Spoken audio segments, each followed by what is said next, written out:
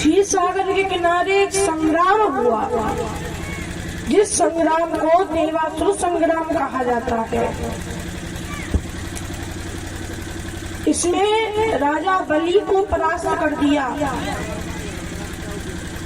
मार दिया राजा बलि को। पर बाद में शुक्राचार्य जी ने अपनी संजीवनी विद्या से उन्हें पुनः जीवित कर दिया और अब यज्ञ करने लगे। ब्राह्मण भक्त बन गए, ब्राह्मण इन पर प्रसन्न हुए।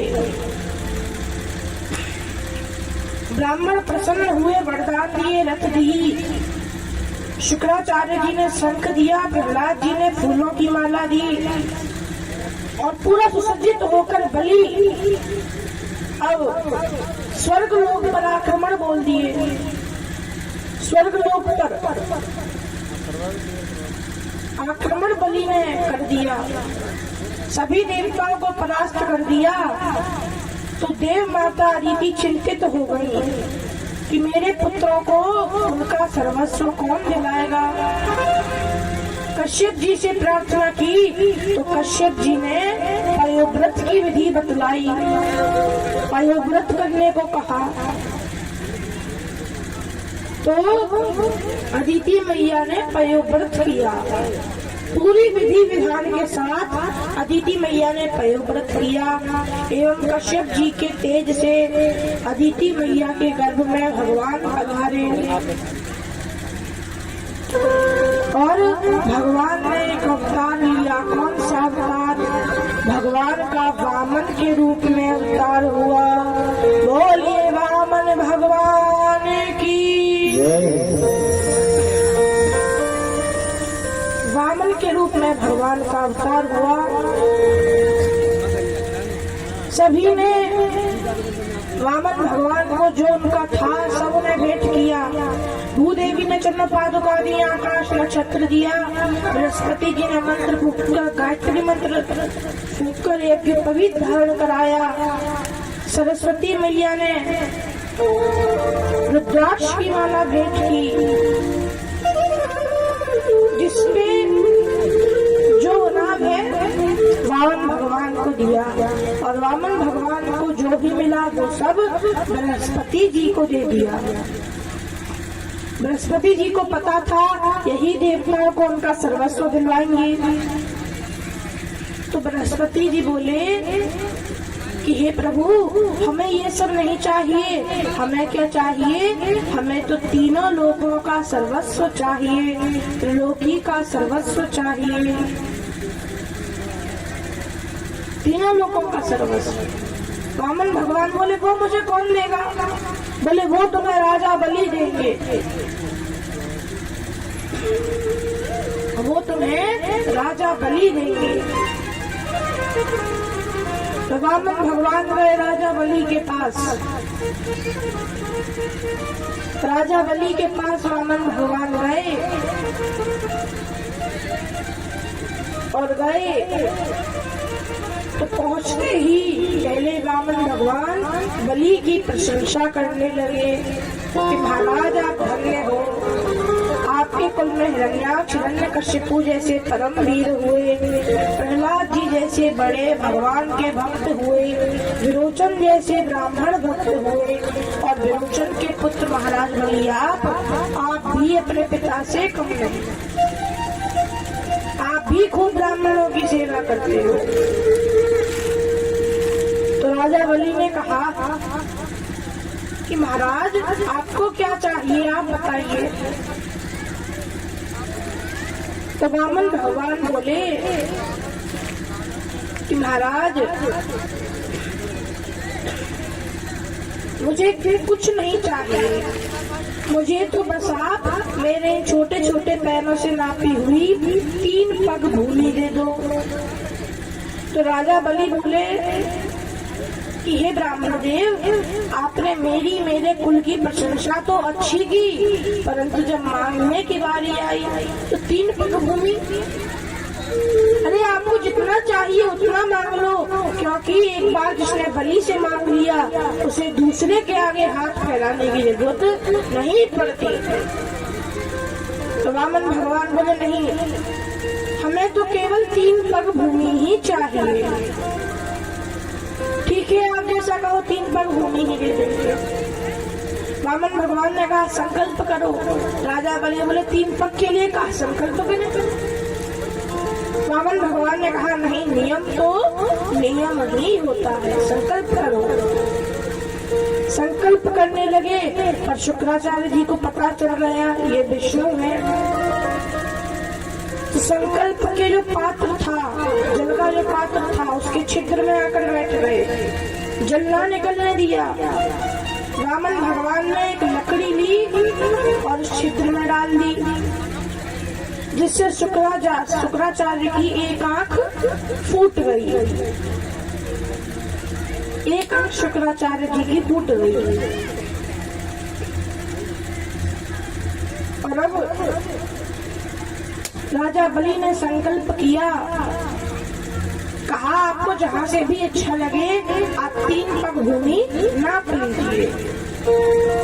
तो वामन भगवान का वो छोटा सा 52 अंगुल का जो रूप था, वो देखते ही देखते इतना बड़ा होने लगा कि आकाश, तारे, चारों दिशाएं उसमें सब धीरे धीरे समाने लगे। इतना बड़ा होने लगा। तो प्रथम पग में भगवान ने पृथ्वी को नाप लिया, और पृथ्वी को नाप लिया तो पृथ्वी के नीचे के जितने सारे लोग हैं वो भी भगवान के हो गए। दूसरे पग में सत्य लोक तक भगवान ने अपना दूसरा पग पहुंचा दिया, तो सत्य लोक के नीचे के जो लोग थे वो भी भगवान के हो गए।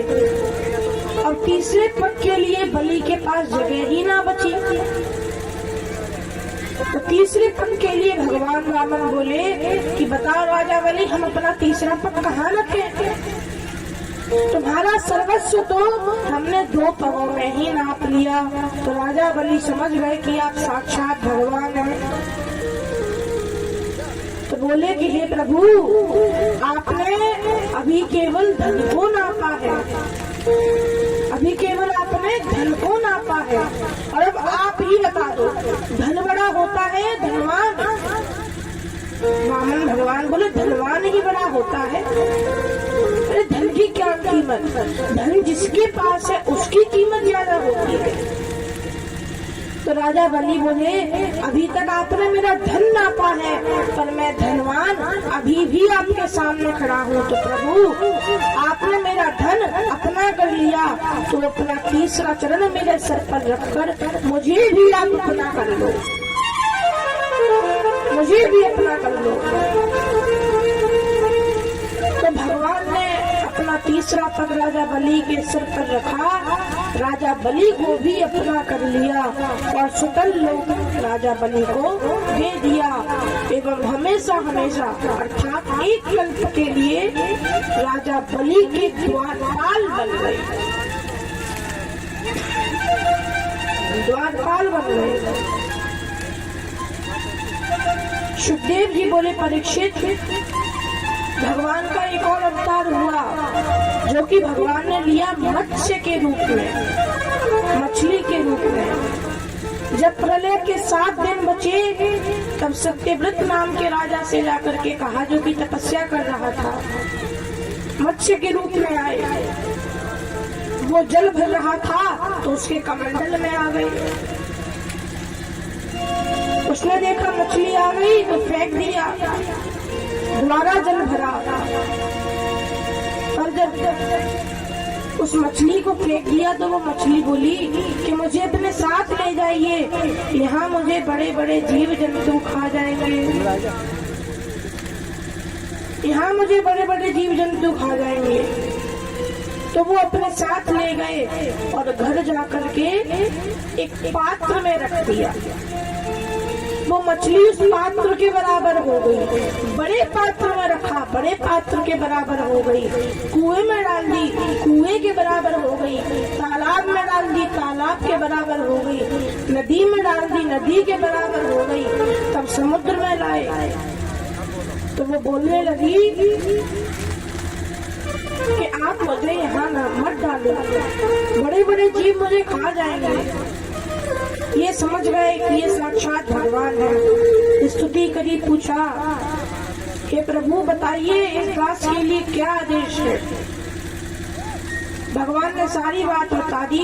आज से 7 दिन बाद प्रलय है, एक नौका आपके पास आएगी, सारे जड़ी बूटियों को, सारे बीजों को लेकर के आप उस नौका में चढ़ जाना एवं जब तक प्रलय चलेगी तब तक मैं आपको उसी नौका में विचरण कराऊंगा। घोर अंधेरा होने पर मुझे स्मरण करना, तब मैं इसी रूप में आपके पास आऊंगा। तो इस प्रकार से भगवान ने कहा और जैसा जैसा भगवान ने कहा वैसा ही हुआ। 7 दिन बीते, प्रलय हुई। सत्यव्रत सभी औषधियां बीजों को साथ लेकर नौका पर चढ़ गए। घोर अंधेरा हुआ, भगवान का स्मरण किया, भगवान मत्स्य के रूप में आए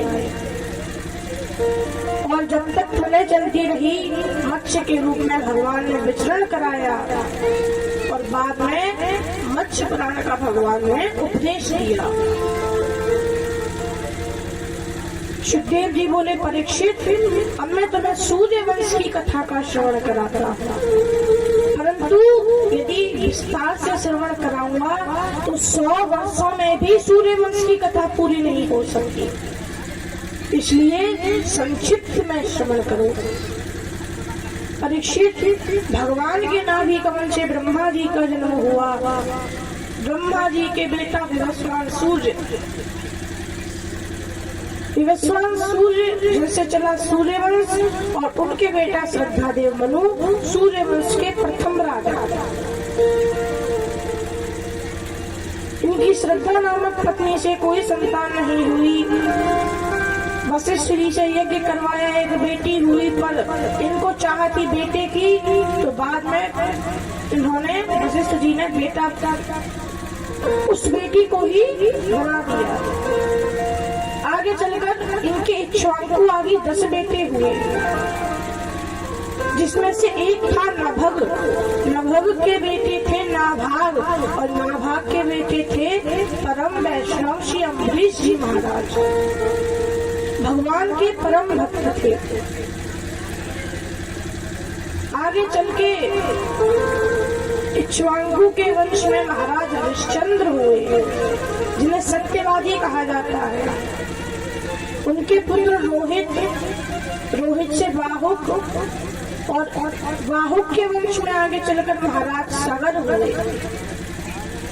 सगर अश्वमेध यज्ञ करते थे, 100वां यज्ञ करने लगे तो इंद्रदेव घोड़ा चुरा करके ले गए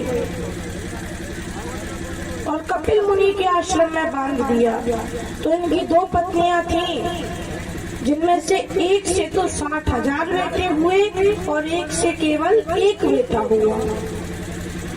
तो 60,000 बेटों को भेजा। उन्होंने देखा कि कपिल भगवान के आश्रम में घोड़ा बंधा है, तो कपिल भगवान को ही चोर समझ लिया। कपिल भगवान को ही चोर समझ लिया।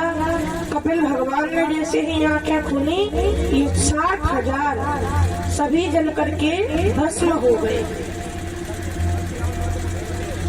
और अब असमंजस पूर्व जन्म के साधु थे, तो ये चक्कर में नहीं पड़े। तो असमंजस के पुत्र थे अंशुमान। अंशुमान गए अपने दादाजी का घोड़ा लाने। कपिल देव को प्रणाम किया, परिक्रमा की और कहा कि ये हमारे दादाजी के अश्वमेध का घोड़ा है, इसे आप लौटा दीजिए। कपिल भगवान ने दे दिया। और जब अंशुमान ने जो 60,000 उनके पुत्र थे उनकी मुक्ति का उपाय पूछा, तो उन्होंने कहा कि गंगा जल से इनकी मुक्ति होगी। तो अंशुमान घोड़े को तो अपने दादाजी को सौंप गए और बाद में गंगा देवी की तपस्या की। तपस्या करते करते इनकी मृत्यु हो गई। इनके बाद इनके पुत्र दिलीप ने भी तपस्या की, पर उनकी भी तपस्या करते करते मृत्यु हो गई। दिलीप के बाद दिलीप के पुत्र भगीरथ ने गंगा मैया की तपस्या की, तो भगीरथ के तप से प्रसन्न होकर गंगा मैया प्रकट हुई। बोली बेटा मांगो, तुम्हें क्या मांगना है? तो भगीरथ बोले आप इस धरती पर आइए और मेरे पूर्वजों को मुक्ति प्रदान कीजिए। गंगा मैया बोले बेटा मैं धरती पर आऊंगी तो मेरा वेग सहने के लिए कोई होना चाहिए। यदि मैं अपने पूरे वेग से धरती पर आऊंगी तो मैं धरती को फोड़कर रसातल में चली जाऊंगी, इसलिए तुम मेरे वेग को सहने के लिए कोई निमित्त बनाओ। तो भोले बाबा की तपस्या की, और हमारे भोले बाबा तो हैं ही बड़े भोले। तपस्या से प्रसन्न हुए और प्रसन्न होकर के भगीरथ को दर्शन दिए। भगीरथ ने सारी बात बताई। भोले बाबा ने कहा कह देना अपनी मैया से कि तुम्हारे बाबा खड़े हैं तो मैं अपने जटाओं में रखने के लिए,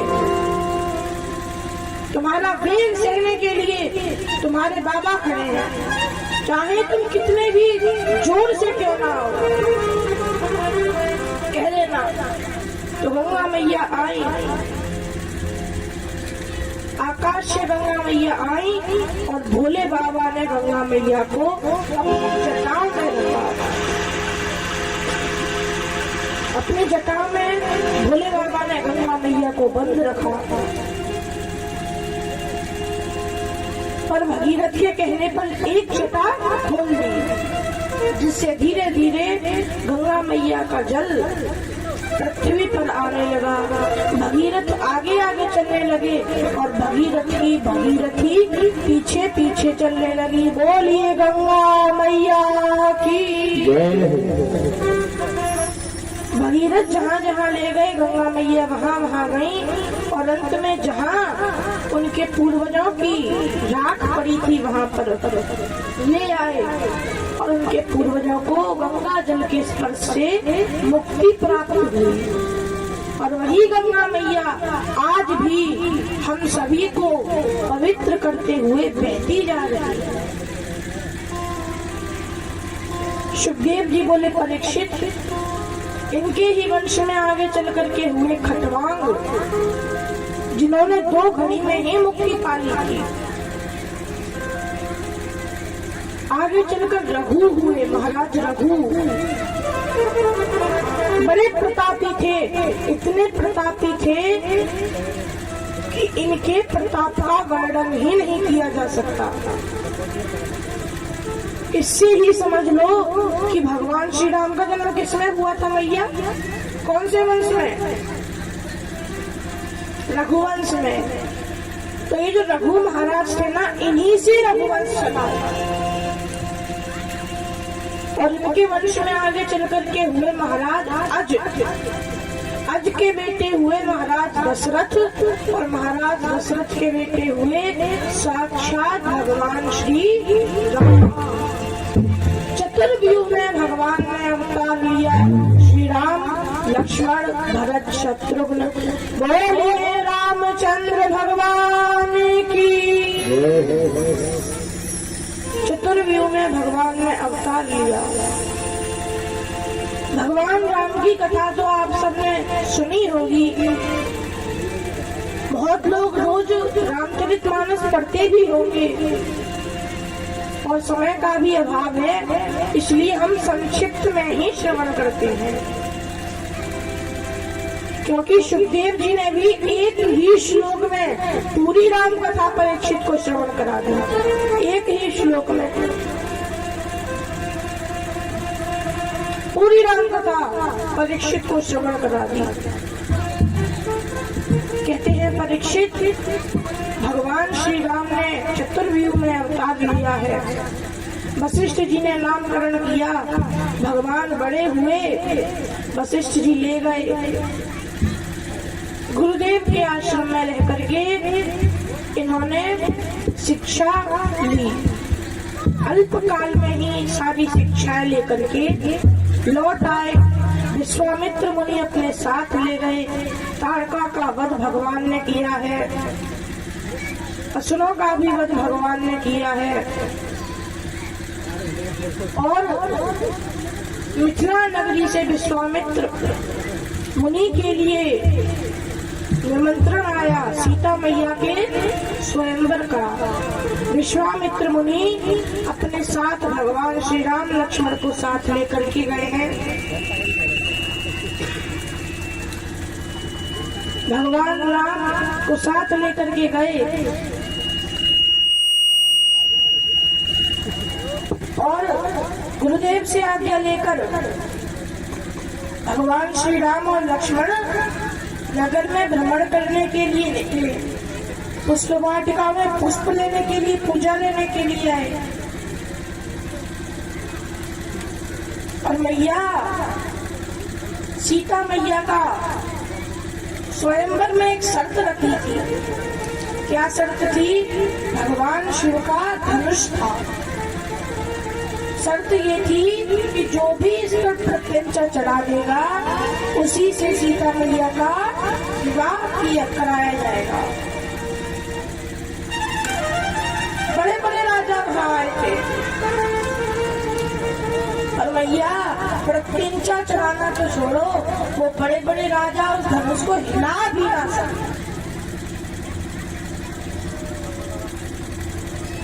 उस धनुष को हिला भी ना सके। तब जनक जी ने कहा कि मुझे तो ऐसा लग रहा है कि इस पृथ्वी पर से सारे वीर समाप्त हो गए।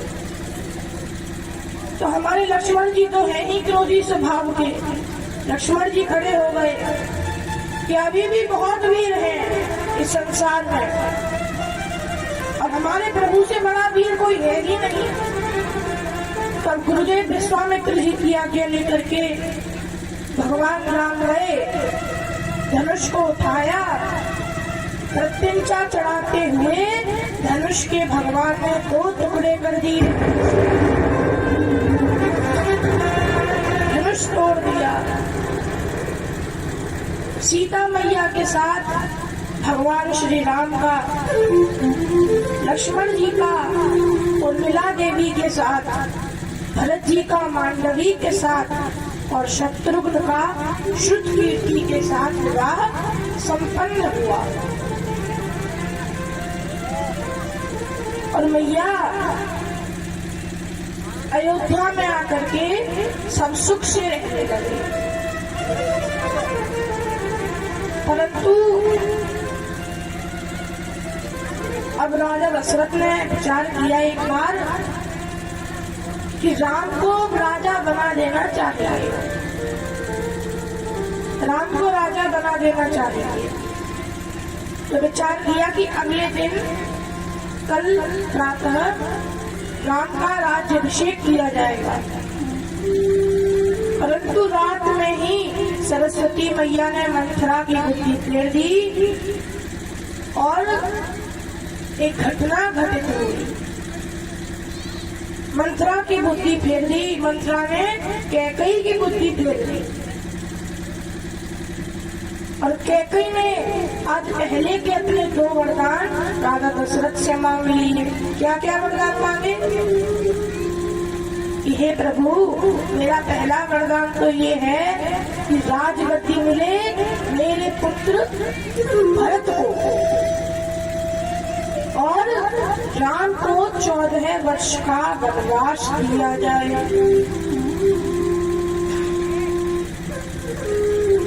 ये बात सुनी तो राजा दशरथ से ये बात सही ना गई। धरती पर गिर पड़े, रोने लगे, कंठ अवरुद्ध हो गया। भगवान राम को बुलाया गया। जब पिताजी को इस हालत में देखा तो भगवान राम ने पूछा, तुम्हारा दशरथ तो कुछ बता नहीं रहे थे कि कैकेयी ने नहीं बताया, सारी बात बताई। तो भगवान राम बोले ठीक है, मैं कल ही वन को चला जाऊंगा, मैं कल कल ही वन को चला जाऊंगा।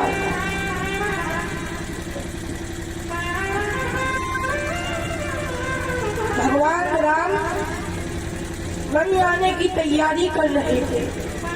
सीता मैया ने कहा, प्रभु मैं भी आपके साथ जाऊंगा। भगवान राम ने बहुत समझाया, पर सीता मैया के समझ में ना आया। सीता मैया तो जिद पर गई कि प्रभु मैं भी आपके साथ वन जाऊंगी, मैं आपको अकेला नहीं छोड़ूंगी। लक्ष्मण भैया भी जिद पर अड़ गए, तो भगवान राम सीता और लक्ष्मण को साथ लेकर के वन में गए।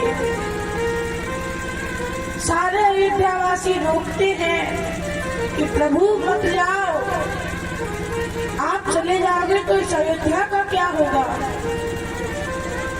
पर भगवान राम नहीं रुकते। क्यों नहीं रुकते भैया? रघुकुल रीति सदा चली आई, प्राण जाए पर कुचन न जाए, इसीलिए नहीं रुके। विधना तेरे लेख किसी के समझना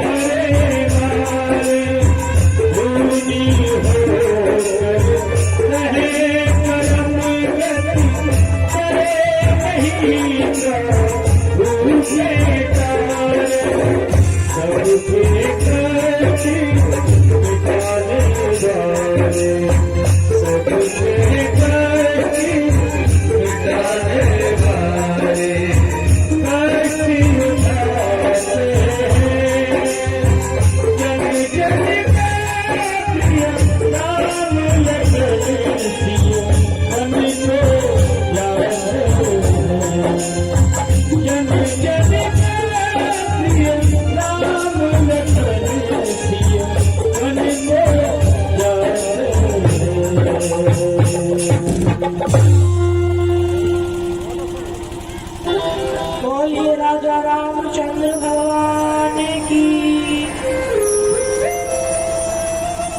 तो भैया भगवान राम, सीता मैया, लक्ष्मण सर्वप्रथम श्रृंगवेरपुर जाते हैं। वहां से केवट पर कृपा करते हुए प्रथम रात्रि भरद्वाज ऋषि के आश्रम में बिताते हैं। आगे चलते हैं। चित्रकूट में रुकते हैं और आगे चलते हैं। पंचवटी में रुकते हैं। पंचवटी में भ्रमण करती हुई शूर्पणखा आई। विवाह का प्रस्ताव रखा, भगवान राम ने मना कर दिया। फिर भी न मानी, जिद करने लगी। लक्ष्मण भैया को क्रोध आ गया तो नाक कान काट दिए।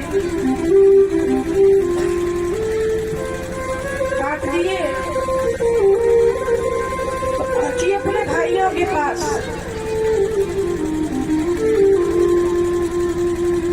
अपने भाइयों के पास पहुंची। वो अपने साथ कई हजारों राक्षसों को लेकर के आए, परंतु भगवान राम के आगे एक भी ना टिक सका। भगवान ने सबका वध कर दिया।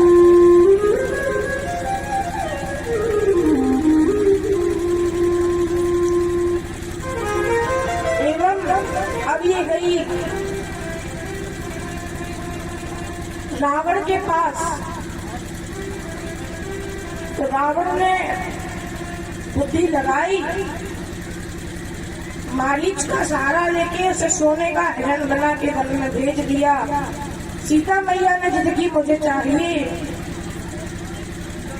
तो भगवान राम लेने गए, उसे मार दिया। पर मरते मरते उसने भगवान की आवाज में पुकार दिया कि हे सीते, हे लक्ष्मण, मेरी रक्षा कर। तो सीता मैया के कहने पर, ज्यादा जिद करने पर लक्ष्मण रेखा खींच करके गए और इसी का फायदा उठा करके रावण ने ब्राह्मण का रूप बनाकर, भिक्षा का बहाना बनाकर सीता मैया का हरण कर लिया और अपने साथ लंका ले गया।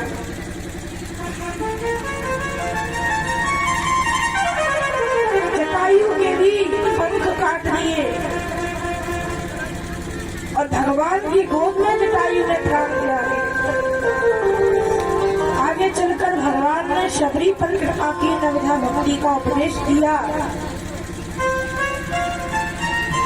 और हनुमान जी से मिले, महाराज सुग्रीव से मित्रता की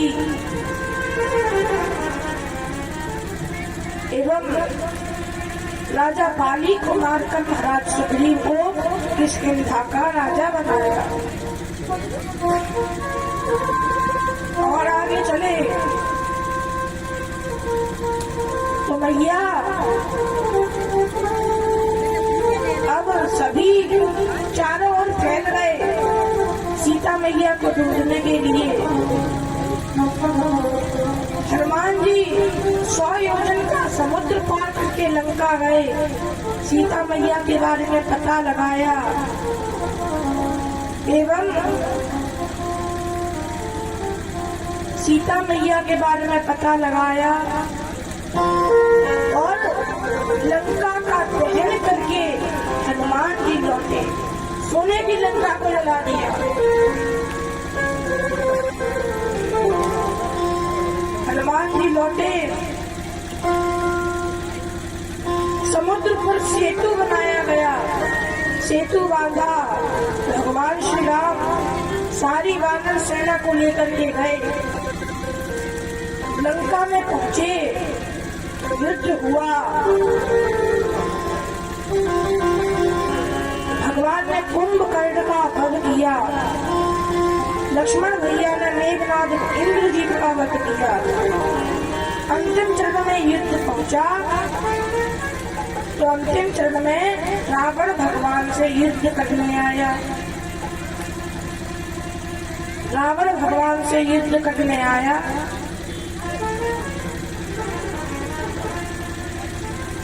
पर मैया विभीषण ने भगवान राम को सब कुछ बता दिया कि प्रभु 31 दिव्यास्त्रों का प्रयोग कीजिए। तो भगवान राम ने एक ही साथ 31 दिव्यास्त्रों का प्रयोग किया। 10 सिर 20 भुजा और 1 बाण बांधी में। भगवान राम ने एक साथ 31 दिव्यास्त्र छोड़े और भगवान ने रावण का भी वध कर दिया। रावण का भी गोविंदाय। सीता मैया को अग्नि परीक्षा देकर पुनः लौटा के लाए। अयोध्या में भगवान आए, भव्य स्वागत हुआ, भगवान राम का राज्य अभिषेक हुआ एवं राम राज्य की स्थापना हुई। आगे की कथा आप सब लोग जानते हैं। सीता मैया को वनवास दिया गया, परंतु भगवान रावण सीता मैया हमारे माता पिता हैं और हम उनके पुत्र हैं, इसलिए पुत्र का ये कर्तव्य है कि माता पिता को दुख में न डाले।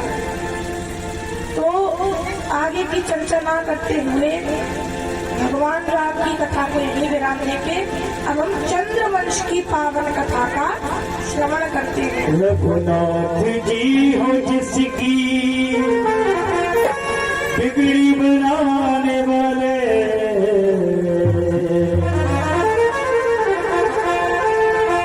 रघुनाथ जी हो जिसकी बिगड़ी बनाने वाले, रघुनाथ जी हो जिसकी बिगड़ी बनाने वाले, रघुनाथ जी हो जिसकी बिगड़ी बनाने वाले, रघुनाथ जी हो जिसकी बिगड़ी बनाने वाले, राजगार सब तेरे संग, राजगार सब तेरे, उसका जमाने वाले, राम जी बिगड़ी बनाने वाले, राम जी बिगड़ी बनाने वाले।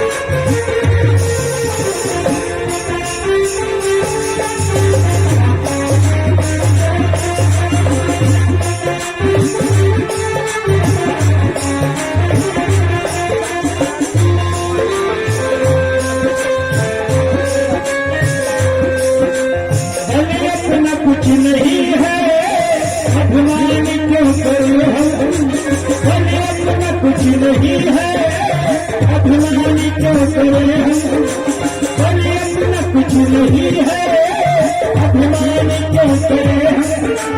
रघुवंशता चलो है, रघुवंशता चलो है, चाहे आत्मा रघुनाथ जी हमकी बिगड़ी बनाने वाले, रघुनाथ जी हमकी बिगड़ी बनाने वाले, रघुनाथ जी हमकी बिगड़ी बनाने वाले, रघुनाथ जी हमकी बिगड़ी बनाने वाले, रघुनाथ जी हमकी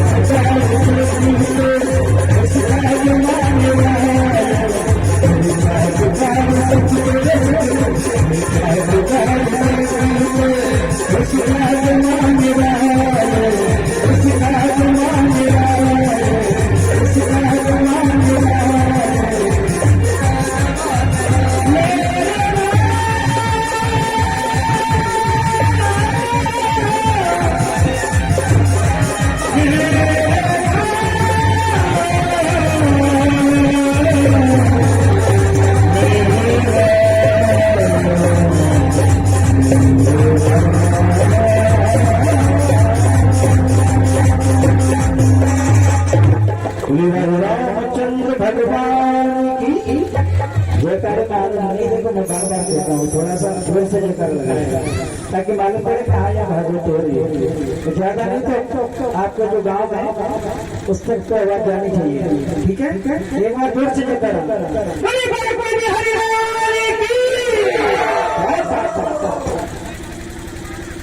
बोलिए मर्यादा पुरुषोत्तम भगवान श्री राम की।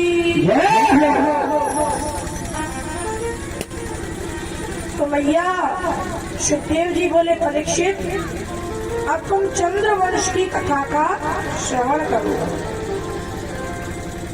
भगवान नारायण के नाभि कमल से ब्रह्मा जी उत्पन्न हुए। ब्रह्मा जी के बेटा अत्रि मुनि, अत्रि के बेटा चंद्रमा, जिनसे चला चंद्रवंश। चंद्रमा के बेटा बुध, बुध के बेटा पुरुरवा, पुरुरवा का विवाह हुआ उर्वशी अप्सरा से और इनके यहाँ यति ययाति आदि 6 संतानें हुई। ययाति नामक पुत्र के यदु तुर्वसु आदि 6 संतानें हुई। इनमें से जो पुरु थे उसे छोड़कर जो उसके बड़े थे उन्हें ये श्राप दिया कि तुम्हारे वंश में कोई भी चक्रवर्ती नहीं होगा। और जो यदु थे इनके वंश में बड़े बड़े राजा थे, अजमेर, देवमेर, सुरसेन जैसे बड़े बड़े राजा थे। सुरसेन के बेटा थे आनक दंडनी, वसुदेव जी, जिनकी 7 पत्नियां थी और देवकी नामक पत्नी से इनके 8 संतानें हुई। जब इस प्रकार से सुखदेव जी ने कहा तो परीक्षित ने तुरंत प्रश्न किया, महाराज जरा रुकिए। परीक्षित बोले, कथितो वंश विस्तारो भवता सोम सूर्ययो भाग्याम चोभय वंश्यानां चरितम परमाद्भुतम्।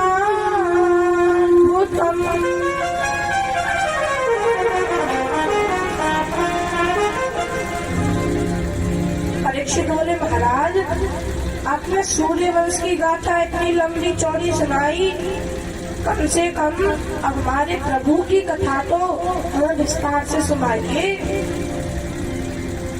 हमारे प्रभु की कथा तो विस्तार से सुनाइए।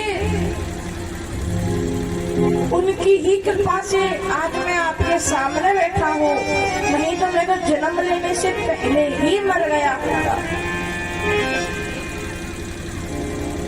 तब सुखदेव जी विस्तार से बताते हैं। बोले, परीक्षित परम पावनमयी नगरी है मथुरा और मथुरा के राजा हैं महाराज उग्रसेन।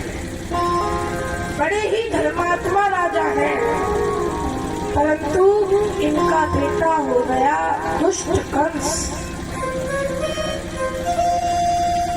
इतना दुष्ट कि अपने पिता को ही जेल खाने में डाल दिया। अब जब पृथ्वी पर अधर्म बढ़ने लगा तो पृथ्वी गाय का रूप धारण करके भगवान की शरण में गई, ब्रह्मा जी के पास गई। तो ब्रह्मा जी सभी देवताओं को साथ लेकर के क्षीर सागर के किनारे आए, आंख बंद करके भगवान की स्तुति, पृथ्वी की सारी समस्या बताई। तो भगवान ने ब्रह्मा जी के मन में ही आकाशवाणी कर दी कि ब्रह्मा जी, मैं पृथ्वी की सारी समस्या को जानता हूँ और उससे कह दो कि अब वो चिंतित ना हो, अब मैं जल्द ही उसके ऊपर से अधर्म का विनाश करने के लिए, धर्म की स्थापना करने के लिए अवतार लूंगा। मैं शीघ्र ही वसुदेव के यहाँ पर अवतार लूंगा। तो ब्रह्मा जी ने सबको कह दिया कि डरने की कोई जरूरत नहीं है, भगवान को सब कुछ पहले से ही पता है। और भगवान शीघ्र ही अवतार लेंगे। अब मैया कंस ने राजा उग्रसेन को तो जेल में डाल दिया, खुद राजा बन गया। और एक बार इसकी दृष्टि गए अपने चाचा देवक की पुत्री देवकी पर। इसने विचार किया मेरी बहन तो बड़ी हो गई है, क्यों ना इसका विवाह करवा दिया जाए। तो बचपन में वसुदेव जी के साथ रहा था, तो वसुदेव जी से ही ये संबंध पक्का कराया। और जब बारात जा रही थी तो प्रजा में अपना थोड़ा सा माहौल बनाने के लिए रोने लगा कि अपनी बहन की रथ को मैं अपने हाथों से ही हाँकूंगा, स्वयं विदा करने जाऊंगा। तो प्रजा ने देखा, एकदम हवा बदल गई। अरे महाराज तो कितने अच्छे हैं, अपनी बहन से कितना प्रेम करते हैं। कंस रथ हाँक के ले जा रहा था,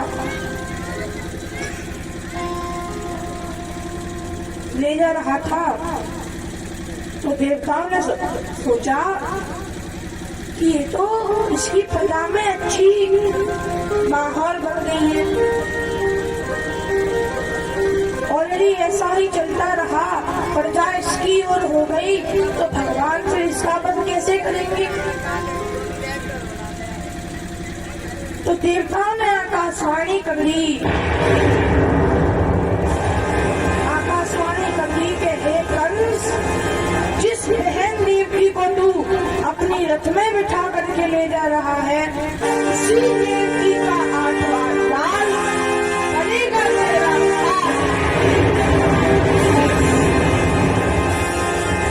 और सुनते ही कंस की आंखें हो गई लाल, और देवकी को मारने के लिए निकाल ली तलवार।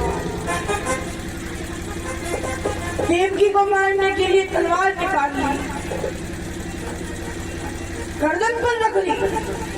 तो वसुदेव जी बोले कि कंस ये तुम क्या कर रहे हो। और कंस ने वसुदेव जी को एक साइड फेंक दिया और देवकी के केस पकड़कर रथ से नीचे गिरा दिया। केस पकड़ करके रथ से नीचे गिरा दिया। पर वसुदेव जी फिर समझाने आए, अरे कंस आप ये क्या कर रहे हो, ये आपकी बहन है, इसे मत मारो। और हाल ही में इसका विवाह हुआ है, छोटी बहन है, और छोटी बहन तो आपके लिए बेटी के बराबर है, इसे मत मारो।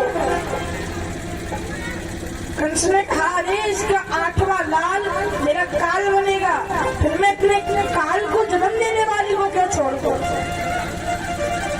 तो वसुदेव जी बोले, तो मैं इसके पुत्र से डर है ना, इससे तो कोई डर नहीं, तो इसके पुत्र को मैं तुम्हें सौंप दूंगा। मैं तुमसे कहता हूँ, इसके एक नहीं, जितने भी इसके पुत्र होंगे, मैं इसके सभी पुत्रों को तुम्हें सौंप दूंगा। क्योंकि आकाशवाणी ने 8वें संतान की कही है। अब पता नहीं 8 हुए नहीं हुए, लेकिन जितने भी होंगे मैं तुम्हें सौंप दूंगा, बिल्कुल भी चिंता मत करो। कंस ने कहा, ठीक है, अभी छोड़ देता हूँ। मथुरा ले जाके जेल खाने में डाल दिया, जेल में डाल दिया देवकी वसुदेव को। और मैया जेल में डाल दिया। विवाह को थोड़े वर्ष बीते और देवकी के प्रथम पुत्र हुआ। वसुदेव जी ने ला करके देवकी को सौंप दिया और कंस ने लौटा दिया कि इसे तुम ले जाओ, इससे मुझे कोई डर नहीं, मुझे तुम्हारी 8वीं संतान चाहिए। वसुदेव जी ले जाने लगे तो नारद जी आ गए कंस के पास। एक फूल दिखाया 8 पंखुड़ी का। कंस से कहा, कंस इसमें कितनी पंखुड़ियां हैं गिनो। कंस ने गिना, बोले 8। बोले इधर से गिनो, बोले 8, इधर से गिनो 8, जहां से गिनो 8 ही उत्तर आता है। तो ऐसा भी हो सकता है 8वां ही पहला बन के आ जाए, इसलिए इनको भी मत छोड़ो। और मेरे नारद जी ने ऐसा क्यों कहा, इसका भी एक कारण है, उसकी कथा आगे आती है, आगे श्रवण कराएंगे। तो देवकी के प्रथम पुत्र को पुनः मंगवाया और उसके पैर पकड़कर जोर जोर से घुमा के एक शिला पर पटक दिया और उसका भी वध कर दिया। तो मैया कंस ने देवकी के प्रथम पुत्र की जब हत्या कर दी तो देवकी चित्कार करने लगी, रोने लगी, परंतु उसकी कौन सुनता। दूसरी संतान हुई तो उसकी भी इसी प्रकार हत्या कर दी। एक एक करके 6 पुत्रों की इसी प्रकार कंस ने हत्या कर दी। और अब 7वें गर्भ में साक्षात भगवान शेषनाग के अवतार शंकरषण भगवान पधारे। गाओ भैया तो भगवान ने योग माया को आदेश दिया, तो देवी तुम जाओ और शंकरषण का आकर्षण करके देवकी के गर्भ से उसे यशोदा के घर जो रहती है वसुदेव जी की दूसरी पत्नी रोहिणी के गर्भ में डाल दो, शंकरषण का आकर्षण कर लो। यदि तुम मेरी आज्ञा का पालन करोगी तो तुम सब जगह पूजी जाओगी। तो अब मैया जैसा जैसा भगवान ने आदेश दिया था योग माया ने वैसा ही करा। शंकरषण का आकर्षण करके रोहिणी के गर्भ में डाल दिया एवं यशोदा के गर्भ में योग माया साक्षात आई और देवकी 8वीं बार गर्भवती हुई तो 8वीं बार साक्षात भगवान पधारे। साक्षात भगवान गर्भ में पधारे।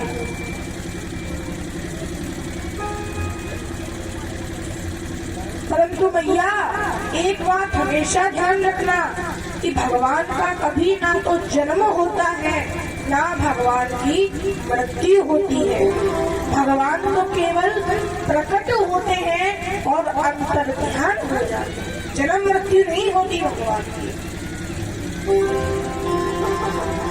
देवकी वसुदेव के सामने भगवान अपने चतुर्भुज रूप में आए, नारायण के रूप में भगवान आए सारी कथा समझाने कि मेरे प्रकट होने के बाद तुम्हें क्या करना है। अपने नारायण के रूप में भगवान आए, चारों हाथों में चक्र गदा पद्म एवं शंख धारण करके। तो देवकी मैया ने जब भगवान के नारायण स्वरूप को देखा तो देवकी मैया चिंता करने लगी। तो नारायण भगवान ने कहा कि मैया अभी चिंता मत करो, क्योंकि अभी तो मैं अपने असली रूप में जब बालक के रूप में आ जाऊँ ना तब थोड़ी सी चिंता करनी पड़ेगी। अभी चिंता मत करो, अभी तो केवल जो जो मैं कहता हूँ वो सुनो और बाद में वो करो। भगवान सारी कथा समझाने लगे कि जब मैं प्रकट हो जाऊं तो आप मुझे गोकुल में नंद बाबा के यहाँ छोड़ाना, नंद बाबा के यहाँ छोड़ाना, किसी को पता नहीं लगेगा। आपको बस इतना कार्य करना है कि मुझे यहाँ से गोकुल में नंद बाबा के यहाँ जा करके छोड़ना है। यशोदा मैया की एक पुत्री हुई है, मुझे वहाँ छोड़ देना है और पुत्री को लेकर के आ जाना है। बस इतना कार्य आपको करना है और कुछ नहीं करना, बाकी सब आप मेरे ऊपर छोड़ दो। भगवान ने सारी कथा समझा दी कि क्या क्या करना है और क्या क्या नहीं करना। और अब भगवान उसी चतुर्भुज रूप को त्याग करके भगवान देवकी मैया के गर्भ में पुनः स्थापित हो गए। और अब सभी देवता आए हैं भगवान की स्तुति करने। गर्भ में भगवान है और सभी देवता स्तुति कर रहे हैं, गर्भ स्तुति कहते हैं। सब देवता, ब्रह्मा आदि देवता सभी स्तुति करते हैं, कहते हैं सत्यव्रतम सत्य परम त्रिसत्यम सत्यस्य योनिं वेहितं च सरस्ते सत्यस्य सत्यव्रत सत्यनेकं सत्यात्मकं त्वां शरणं प्रपन्ना सत्यात्मकं त्वां शरणं प्रपन्ना सत्यात्मकं त्वां शरणं प्रपन्ना। सब देवता भगवान की गर्भ स्तुति करते हैं। सत्य के रूप में सभी देवताओं ने यहाँ स्तुति करी है भगवान कि प्रभु सतयुग, त्रेता युग, द्वापर युग और कलयुग, चारों युगों में केवल आप ही सत्य हैं। और इस द्वापर युग में आप हमारे कष्ट की निवृत्ति करने के लिए जल्दी आए, हम आपके दर्शन करने के लिए लालायित हैं। अंत में देवकी मैया की भी स्तुति करी कि मैया जो परमात्मा इस ब्रह्मांड की रोम रोम में बसता है, वो परमात्मा तेरी कोख में समा गया। धन्य है तू मैया, धन्य। तो सभी देवता स्तुति करके गए और मैया अब भगवान के प्रकट होने का शुभ अवसर आ गया। भादों का महीना आ गया, कृष्ण पक्ष आ गया, अष्टमी तिथि आ गई, बुधवार दिन आ गया, रोहिणी नक्षत्र आ गया। आधी रात्रि 12 बजे का समय हो गया और भगवान अपने बाल रूप में अचानक देवकी वसुदेव के सामने प्रकट हो गए। बोलिए बाल कृष्ण लाल की।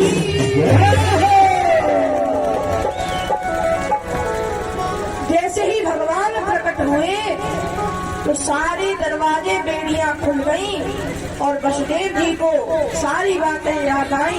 वसुदेव जी ने एक टोकरी ली और भगवान को टोकरी में रखा और वसुदेव जी लेकर के चल दिए भगवान को गोकुल की ओर। सुनी है गोकुल गरिया, आजा आजा समरिया, सभी ताली से लगते हुए। सुनी है गोकुल गरिया, आजा आजा समरिया, सुनी है गोकुल गरिया, आजा आजा समरिया।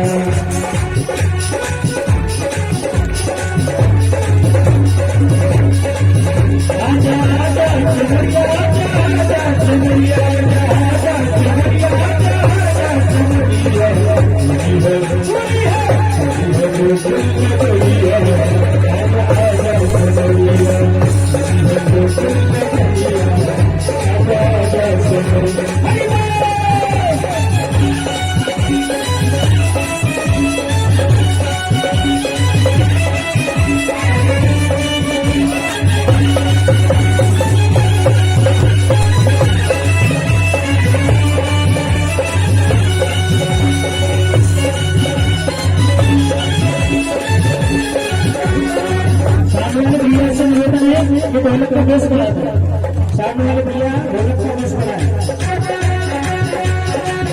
बरसाने में रसिक बुलाए, बरसाने में रसिक बुलाए, लाल पाल सब बुलाए, लाल पाल सब बुलाए।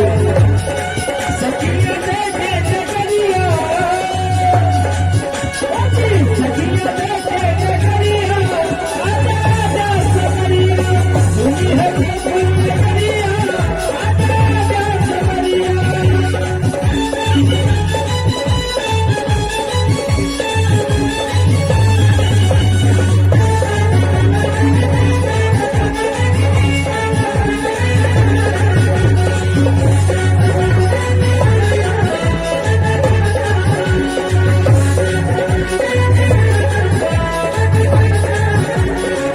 ऐसी प्रीति लगी मजबूर, ऐसी प्रीति लगी मजबूर, ऐसी प्रीति लगी मजबूर, ऐसी प्रीति लगी मजबूर। तेरे बिन सखी हो तेरे बिन सखी हो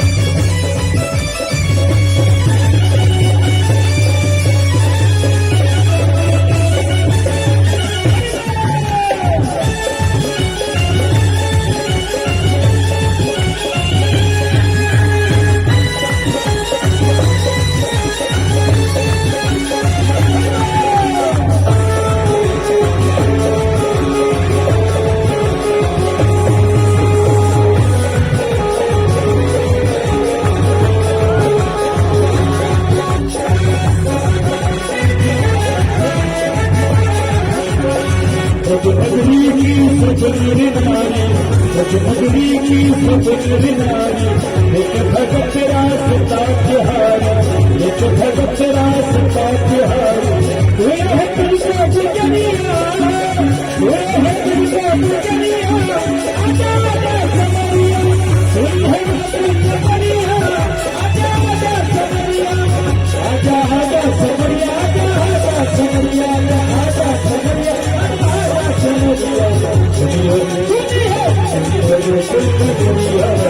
आजा आजा समरिया, आजा आजा समरिया।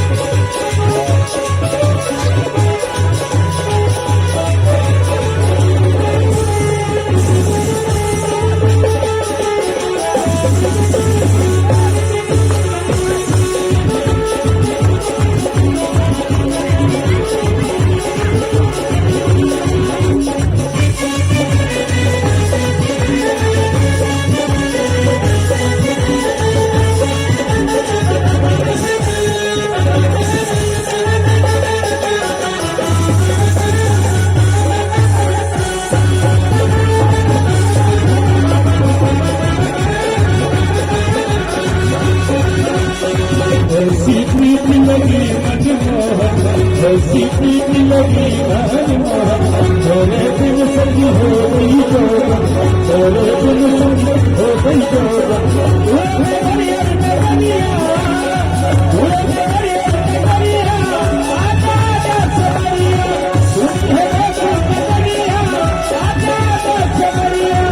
आजा आजा समरिया आजा आजा समरिया आजा आजा समरिया आजा आजा समरिया आजा आजा समरिया आजा आजा समरिया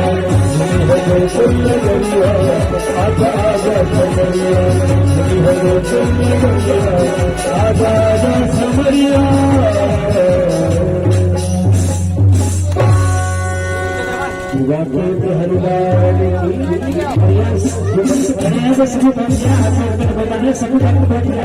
और हमारे सामने भी खड़े तो भी बैठ जाए